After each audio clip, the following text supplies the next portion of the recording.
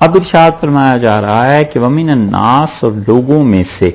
یہ آیت کریمہ عام طور پر مفسرین کہتے ہیں کہ اخنس ابن شریق کے بارے میں نازل ہوئی ہے، اور وہ ایسا پکا منافق تھا کہ جب بھی رسول اللہ صلی اللہ علیہ وسلم کی خدمت میں حاضر ہوتا تھا تو ہمیشہ یہ کہتا تھا کہ اللہ کی قسم آپ سے ایسی محبت، اللہ کی قسم آپ کے ساتھ ایسا تعلق، خدا کی قسمیں کھا کھا کے یقین دلاتا تھا رسول اللہ صلی اللہ علیہ وسلم کو کہ مجھے آپ سے بہت تعلق. اور اللہ نے اس کے حالات میں یہ آیت نازل کی. بظاہر تو یہ ہے، لیکن حقیقت میں جس آدمی میں بھی یہ چیزیں پائی جائیں گی وہ آدمی ایسا ہی منافقت کی زندگی رکھتا ہے، ایسا ہی نفاق اس میں آئے گا.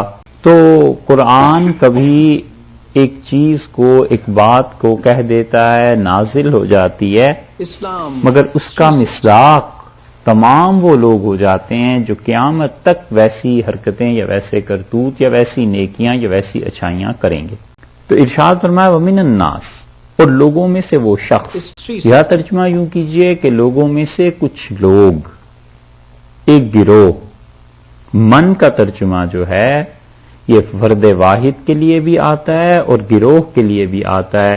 جیسے اردو میں بولتے ہیں نا، غالب نے کہا ہے کون ہوتا ہے حریف مرد میں افغان عشق، ہے مقرر لب ساقی پہ سلا میرے بعد. گزر گیا.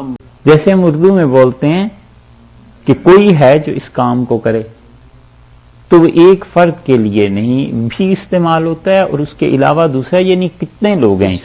تو من کا لفظ عربی میں خاص طور پہ ایک فرد کے لیے بولا جائے یوں بھی ہے، اور ایک گروہ کے لیے بولا جائے یوں بھی ہے.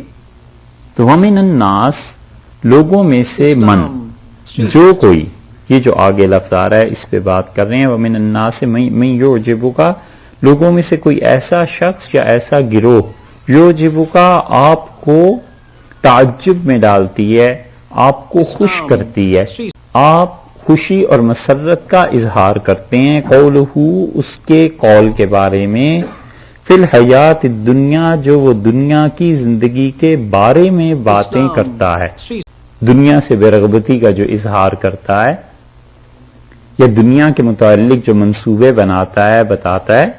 یعجبک قولہ، آپ کو اس کی بات خوش کرتی ہے، آپ اس کی ذہانت، آپ اس کی عقل، آپ اس کی سوچ کا اعتراف فرماتے ہیں.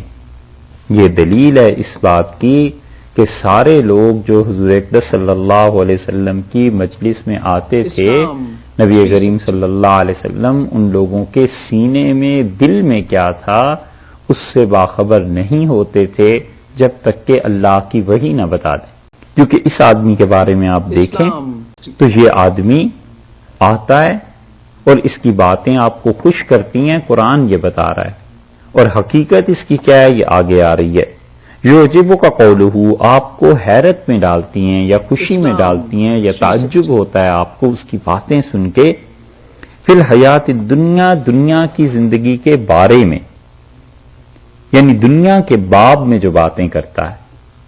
یہ ہے جو اس کا حقیقی ترجمہ ہے، صحیح ترجمہ. اور غلط ترجمہ بھی سن لیجئے.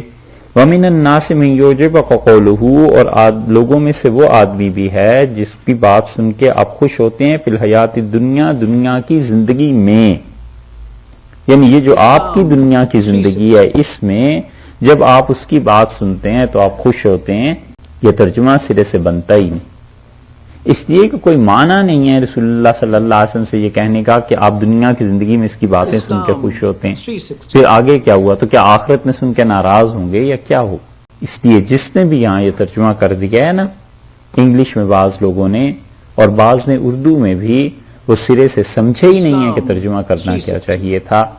نتیجہ یہ نکلتا ہے کہ قرآن کی یہ تحریف ایک طرح کی ہو جاتی ہے، قرآن کی آیات کو بدلنے کی بات ہو جاتی ہے. آپ خود سوچئے، ہم غلط ترجمہ کر کے آپ کو بتاتے ہیں کہ من الناس من یعجبک قولہ فی الحیات الدنیا، اور لوگوں میں سے ایسا آدمی جس کی بات سن کر آپ کو بڑی خوشی ہوتی ہے، فی الحیات الدنیا، آپ کی اس دنیا کی زندگی میں، یہ جو دنیا کی زندگی میں آپ وہ آدمی جی رہے ہیں، آپ کو بڑی خوشی ہوتی ہے اس کی بات سن کے.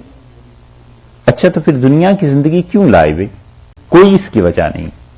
یہی غلطی ہے.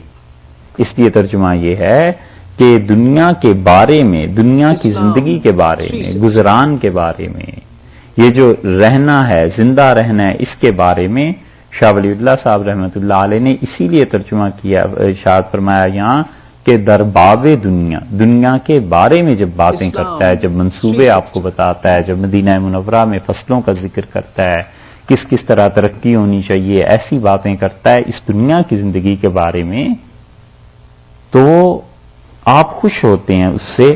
وَيُشْهِدُ اللَّهُ، اور وہ اللہ کو گواہ بناتا ہے. یہ دونوں ترجمے آپ ذہن میں رکھیے اور پوری آیت پڑھ کے پھر آپ دیکھیے کہ ترجمہ کیا بننا چاہیے. وَيُشْهِدُ اللَّهُ، اور وہ اللہ کو گواہ بناتا ہے اللہ اس بات پر ما جو کچھ کے فی قلبہ اس کے دل میں ہے. بار بار قسمیں کھاتا ہے کہ اللہ کی قسم میرا جی تو یہ چاہتا ہے، اللہ کی قسم میں تو اسلام کے لیے ایسے کرنا چاہتا ہوں، اللہ کی قسم. یشہد اللہ، اللہ کو گواہ بناتا ہے جو کچھ کہ اس کے دل میں ہے، اس پہ حقیقت میں خدا کو گواہ نہیں بنا رہا، یعنی زبان سے اللہ کو گواہ بناتا ہے. اور حالت یہ ہے کہ وہ ہوا اور وہ شخص الد الخصام، پرلے درجے کا جھگڑالو ہے، بہت شدید جھگڑا کرنے والا ہے، بہت زیادہ تباہی پھیلانے والا ہے.